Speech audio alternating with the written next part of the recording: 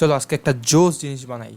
জিনিসটা হচ্ছে একটা ওয়েদার অ্যাপ্লিকেশন এবং কোনো প্রকার কোড লেখা ছাড়াই আজকে আমরা অ্যাপ্লিকেশনটি বানাবো। তো আগের ক্লাসে আমরা এপিআই নিয়ে আলোচনা করেছিলাম, এপিআই কি এবং সেটা কিভাবে কাজ করে। তো আজকের একটা প্র্যাকটিক্যাল ব্রেকডাউন দেখব। তো এর জন্য এই হচ্ছে আমাদের একটা ইন্টারফেস এবং আমরা এটার নাম রাখছি ওয়েদার বোর্ড। তো অবশ্যই তোমরা আগে থেকেই জানো, বা যারা জানো না তাদের জন্য বলছি, একটা ওয়ার্কফ্লো রান করার জন্য সর্বপ্রথম একটা ট্রিগার প্রয়োজন হয়। তো যেহেতু আমরা টেস্টিং পারপাসে এটা ইউজ করছি, তো আমরা একটা ম্যানুয়াল ট্রিগার নিয়ে নিচ্ছি।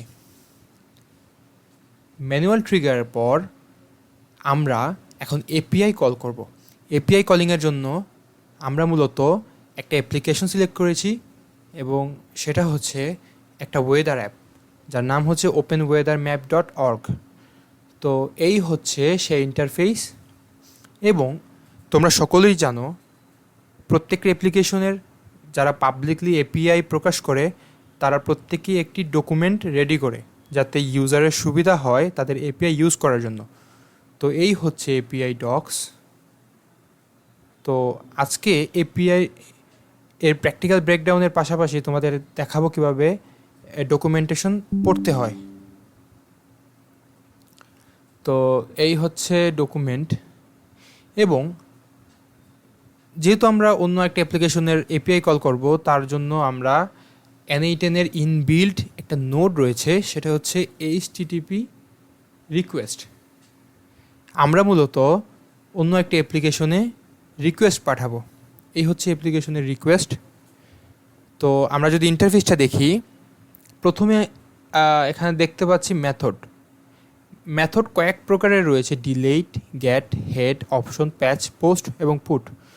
তো আমরা যেহেতু আজকের ওয়েদারের কন্ডিশন কি তা জানবো, সেজন্য আমাদেরকে গেট মেথড ইউজ করতে হবে, যেহেতু আমরা অন্য একটা অ্যাপ্লিকেশনের ইনফরমেশন পার্স করছি। তো মেথড হিসেবে আমরা গেট সিলেক্ট করলাম, বাই ডিফল্ট এটাই সিলেক্ট করা থাকে। তারপর তোমরা দেখতে পাচ্ছ ইউআরএল।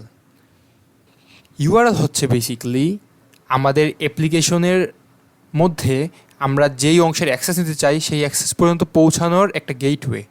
তো যারা আমার আগের ভিডিও দেখোনি তারা গিয়ে দেখে আসতে পারো। আমরা আগে আলোচনা করেছিলাম যে একটা এপিআইয়ের মূলত একটা বেস ইউআরএল থাকে, যেটা হচ্ছে মেইনলি আমরা যেই অ্যাপ্লিকেশন থেকে ইনফরমেশন কালেক্ট করছি সেই ইনফরমেশনের ডোমেইন। তো আমরা দেখতে পাচ্ছি ওপেন ওয়েদারের একটা ইউআরএল দেওয়া রয়েছে, যার মাধ্যমে আমরা এপিআই কল করতে পারি। তো এই টোটাল ইউআরএল আমরা এই জায়গায় পেস্ট করেছি। তো এই স্পেসিফিক অ্যাপ্লিকেশন সম্পর্কে বলতে চাই, এই জায়গায় এতটুকু হচ্ছে বেস ইউআরএল, বা এতটুকু হচ্ছে বেস ইউআরএল। যেহেতু আমরা এই অ্যাপ্লিকেশনে ফ্রি এপিআই ইউজ করছি, তার জন্য আমরা 3.0 ভার্সনের পরিবর্তে 2.5 ব্যবহার করব। এবং ভার্সন 2.5-এর একটা ক্যাটাগরি হচ্ছে ওয়েদার, যেহেতু আমরা ওয়েদার পার্স করছি। আচ্ছা, আমরা যদি আরেকটু ভালো করে দেখি, এই হচ্ছে টোটাল ইউআরএল। তো আমরা দেখতে পাচ্ছি পরবর্তীতে কিছু প্যারামিটার আমরা ইউজ করব, যেটি মূলত কোয়েরি, এবং এভাবে কোয়েরি পাস করে আমরা মূলত ইনফরমেশন পেতে পারি। তো এই অ্যাপ্লিকেশনের বিশেষ করে ওপেন ওয়েদার অ্যাপ্লিকেশনের 3টা প্যারামিটার রিকোয়ার্ড, অর্থাৎ আমি আমার এপিআই কলিংয়ের সময় 3টা প্যারামিটার কোয়েরিতে মাস্ট বি এন্টার করতে হবে। কোয়েশ্চেন মার্কের পরবর্তী অংশে আমরা যে কোয়েরি পাঠাবো, এই 3টা প্যারামিটার যেগুলো রিকোয়ার্ড অর্থাৎ দেওয়াই লাগবে, তার মধ্যে একটি হচ্ছে ল্যাটিটিউড। ল্যাটিটিউডের ভ্যালু 24.894 এবং এটা হচ্ছে আমার হোম টাউন সিলেটের ল্যাটিটিউড। এবং লঞ্জিটিউড হচ্ছে 91.8687। এই আমরা 2টা প্যারামিটার পাস করলাম। 3 নাম্বার যে প্যারামিটার রয়েছে সেটা হচ্ছে অ্যাপ আইডি। এই অ্যাপ আইডিটাই হচ্ছে মূলত এপিআই কি। আমরা আগেই বলেছিলাম এই প্ল্যাটফর্মকে অ্যাক্সেস করার জন্য অবশ্যই এবং টোটাল অথেন্টিকেশন সিস্টেমের জন্য অবশ্যই আমাদের একটা এপিআই কি দেওয়া হবে। তো এই প্ল্যাটফর্মের এপিআই কি যদি আমরা দেখতে চাই তখন 3 ডটে ক্লিক করব এবং এই হচ্ছে ওয়েদার এপিআই ক্লিক করলাম এবং এই ইন্টারফেসটা যেটা আমরা প্রথম দিকে দেখেছিলাম সেটার এই জায়গায় গেট এপিআই কিতে ক্লিক করব এবং গেট এপিআই ক্লিক করার পর গেট এপিআই বাটনে ক্লিক করব এবং এই জায়গায় আমাদের সাইন ইন করতে বলছে, অর্থাৎ আমরা এই অ্যাপ্লিকেশন ইউজ করার জন্য এলিজিবল কিনা তার জন্য মূলত এপিআই কিটা দেওয়া। তো আমি সাইন ইন করে নিচ্ছি।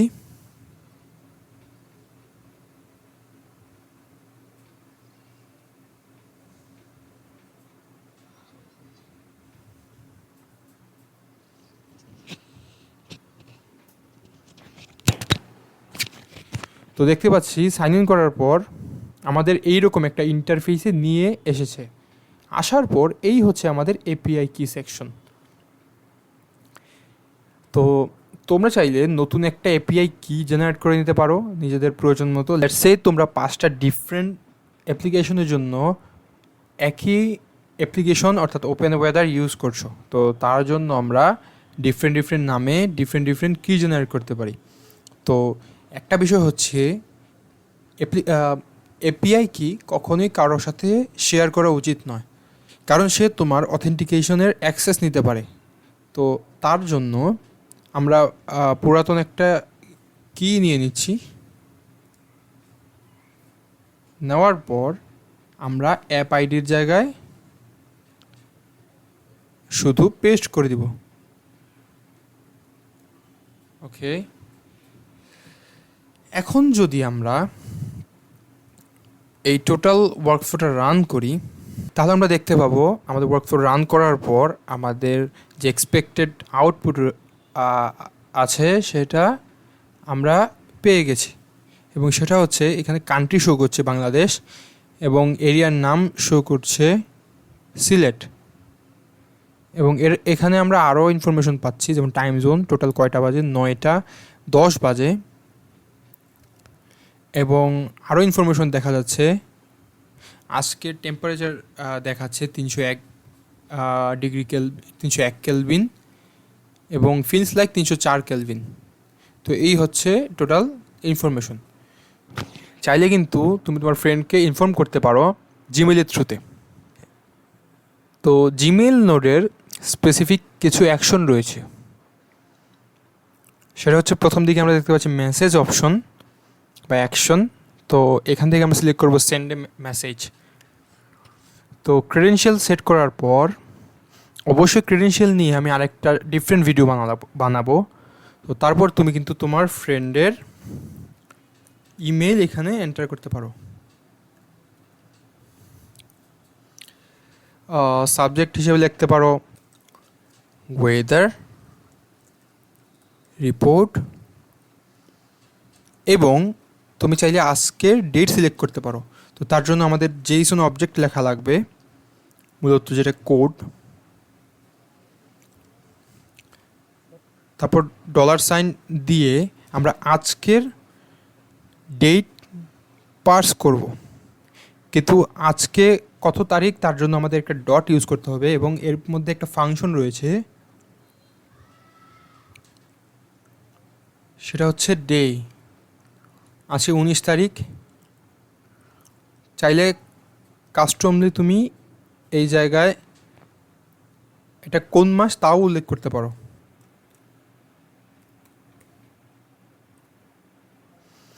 নাও ডট মান্থ। তোমার ফ্রেন্ড কিন্তু বুঝতে পারবে যে এটা হচ্ছে 19 মের রিপোর্ট। তো এই জায়গায় ইমেল টাইপ আমরা সবসময় রাখবো HTML, কারণ হচ্ছে HTML এর ফরমেশন সুন্দর হয়। এখন আমরা মেসেজকে লিখে দেব। তো তুমি চাইলে টেম্পারেচার, মেসেজ বডি লিখতে পারো টেম্পারেচার টেম্প, এটা ড্র্যাগ করে নিয়ে আসছি কেলভিন।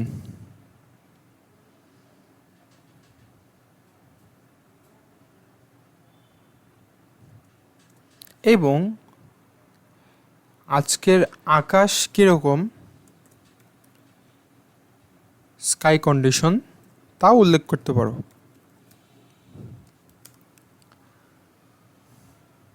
এবং ডেসক্রিপশন লেফট থেকে আমরা ড্র্যাগ অ্যান্ড ড্রপ করে নিয়ে আসছি এবং শেষে লিখতে পারো বেস্ট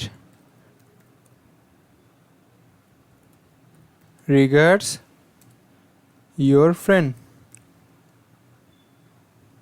বা আমি আমার নাম লিখে দেই।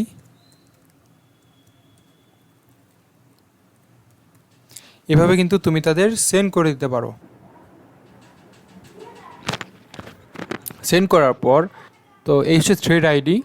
তো এই থ্রেড আইডি তোমরা অন্যান্য কাজেও ইউজ করতে পারো, যেমন তোমরা যদি এক্স্যাক্টলি সেম মেসেজকে অন্য কাজে ইউজ করতে চাও তখন তোমাদের থ্রেড আইডির প্রয়োজন পড়বে। তো দেখে নেই আমি আমার জিমেল অ্যাপ্লিকেশনে যে মেলটি ঠিকমতো হয়েছে কি না। তো এই হচ্ছে আমার জিমেইল এবং সেন্ড অপশনে গিয়ে দেখি, হ্যাঁ ওকে। তো এই জায়গায় দেখাচ্ছে temperature 301 kelvin, condition sky condition হচ্ছে ক্লিয়ার স্কাই এবং বেস্ট রিগার্ডস আবু ইউসুফ। তো আমরা কিভাবে এটাকে আরও আকর্ষণীয় করব, তার জন্য সবার আগে আমরা দেখতে পাচ্ছি এই message, this email was sent automatically with N8N। তো আমরা সবার আগে এটাকে সরাবো। এটার জন্য সবার আগে আমাদের N8N অ্যাট্রিবিউট বা অ্যাট্রিবিউশন রয়েছে, অপশন থেকে আমরা সিলেক্ট করব এবং সেটা আনচেক করে দেব। এবং এই অবস্থায় আমরা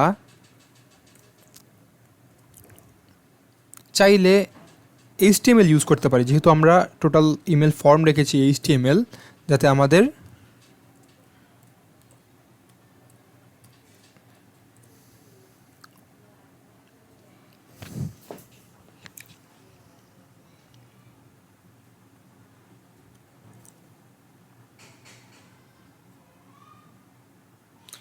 এটা জাস্ট কপি অ্যান্ড পেস্ট করে দিচ্ছি।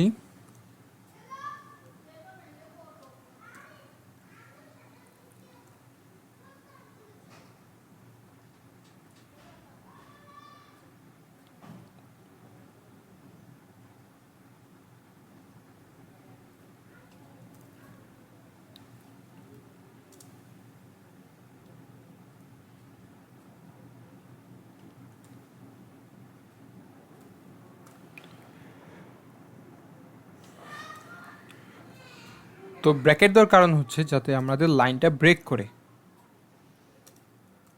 এবং দেখতে আরও আকর্ষণীয় লাগে। এখন আমরা যদি এক্সিকিউট করি, তো ইমেল আবার সেন্ড হয়েছে, চেক করার জন্য আমরা জিমেলে চলে আসব।